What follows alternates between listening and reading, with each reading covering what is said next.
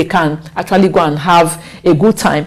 But how confident are they if they hear these issues of boat mishap every day? So if it's going to drive tourism, if Nigeria is going to have quite a lot of gain from the policy backing tourism, then it will be expedient for the issues of safety using the inland waters to be addressed. Fine, tourism is good, but before now, I've also observed a kind of disconnect between the federal government and the states, talking about cascading maritime policy implementation down the line. Okay. We have about 21 states, if not more, that have body of water or that are linked by waters. And with that 21 states, you could imagine the vast potential you stand to enjoy from it, coming from maritime transport. That's just one aspect. Tourism, which is backed by adequate security. Yeah. Fishing. You see, fishing is one big pond of opportunity that Nigeria is yet to fully tap into, because I see mostly Indians and Chinese dominating that aspect. In fact, I was going to say that yes. if you are going to talk about fishing or fisheries, generally, Nigerians are like less than 10% participating in that sector. So I hope this policy will be able to protect local businesses in the fisheries sector. Inclusivity of Nigerians in the fishing sector. Because the value chain from the fishing sector is such that it can generate more jobs than we can imagine. I think if stemming from that angle, it will be of great importance and a necessity to look at how foreign companies come to plunge the fishes in our waters. At least they have now, there's a policy, they have guidelines as to what area, what limits they could go in carrying out their fishing exploits. But we have seen it over time how locals around coastal areas have cried out about not being able to fish any longer because they can't find any fishes. You have people who have their trawlers come in and they sweep the belly of the sea. They sweep out everything, and the locals who don't have such a kind of equipment to do their fishing, they are just left without anything. The challenges in that sector are hydra-headed. I have a personal experience. Okay. I traveled to Ibaka, the place they proposed to have a deep sea port in Akwa Ibom State. Okay. And I saw that the large number of fishers in that place were from Ghana. Yes. While the Akwa Ibomites, who should maximize their proximity to water with the Cameroonian maritime border to Nigeria, yes, which is vast economic potential, we're not doing it. But rather they were taking tolls, like taking Omonile money from the fishermen who came from Ghana. In addition to that, I also saw moribund fishing infrastructure that has been abandoned. In fact, Ebugu. Yes. There's what we call the Ebugu fishing terminal. I saw it. I was going to say that. That was a Shagari creation. That fishing terminal, in fact, you can't talk about developing or growing the fishing sector without mentioning the importance and the need for the revamping of a fishing terminal. The one in Ebugu, like you said, used to at least create jobs for no fewer than 5,000 people, even more, but that had been there, that fishing terminal had been there forever since. It would be of a great good for first the locals and then the industry as a whole, for such terminals to be revamped so that the locals can have that first strength of nearness, or in fact being in their very environment, to explore the potentials that fishing can give to them economically. In fact, as a maritime country, Nigeria should have no business with poverty, let alone being called the poverty capital of the world. That in itself is an insult. It is. So I want to believe that this policy will change the narrative and will make Nigerians maximize the advantage and potentials inherent in the waters. I can still talking about fishing and the need for a fishing terminal. NITOA had also fought for like 3 years ago on the need for federal government, because there had been promises to develop a fishing terminal in Kirikiri. But I think like 3 years ago, NITOA also still cried out to say the very site, the location that was allocated or that was being discussions were being held for NITOA to have the fishing terminal had been taken over by another investment.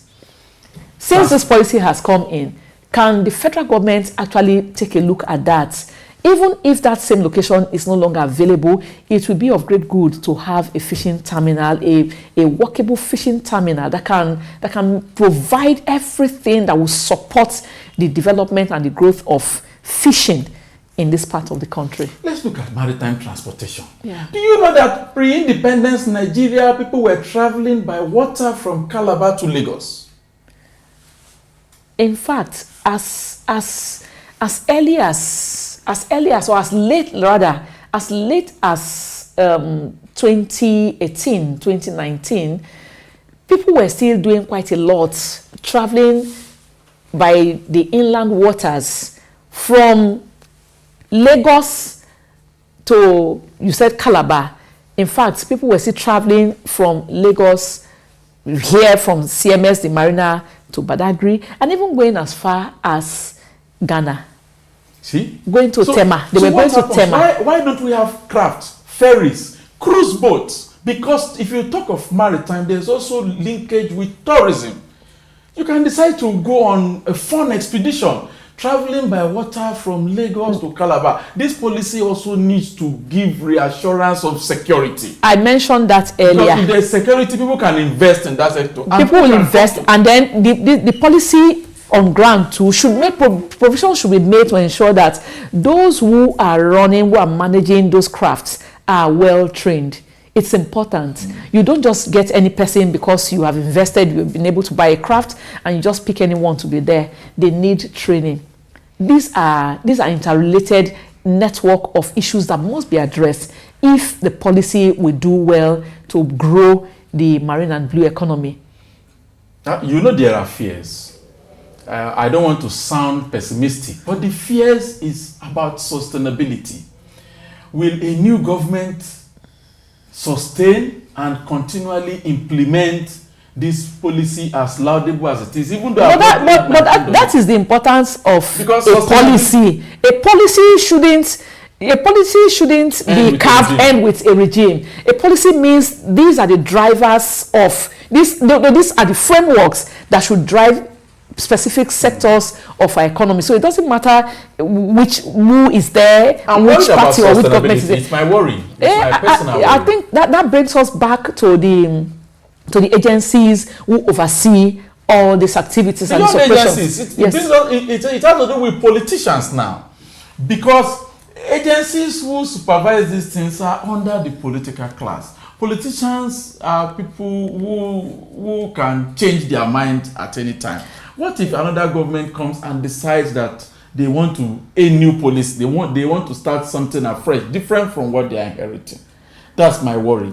We should have a culture of sustaining good policies like this, implement it for 10 years. It is very important. I mean, this is a 10-year policy, and anyone who truly wants Nigeria to earn and gain from the good of the vast maritime potential that Nigeria has should actually support it. We are talking of a 10-year policy plan that would guide the operations in different subsectors of the marine and blue economy. I think it should be supported. I don't want to think that any person should just hurriedly wake up. These are taking very long time before we are seeing that the policy is being signed, approved. It should. I think we should all think Nigeria first. It's important. It should be Nigeria first.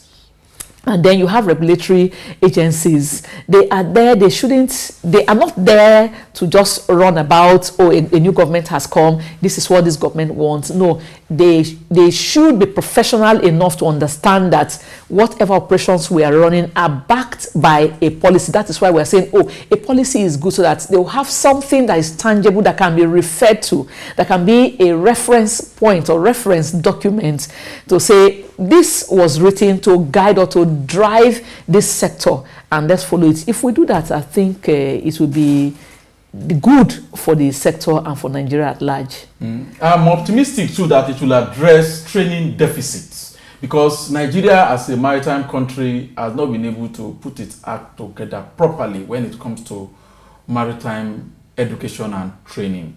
That we still have to go to smaller maritime countries in Africa for certification.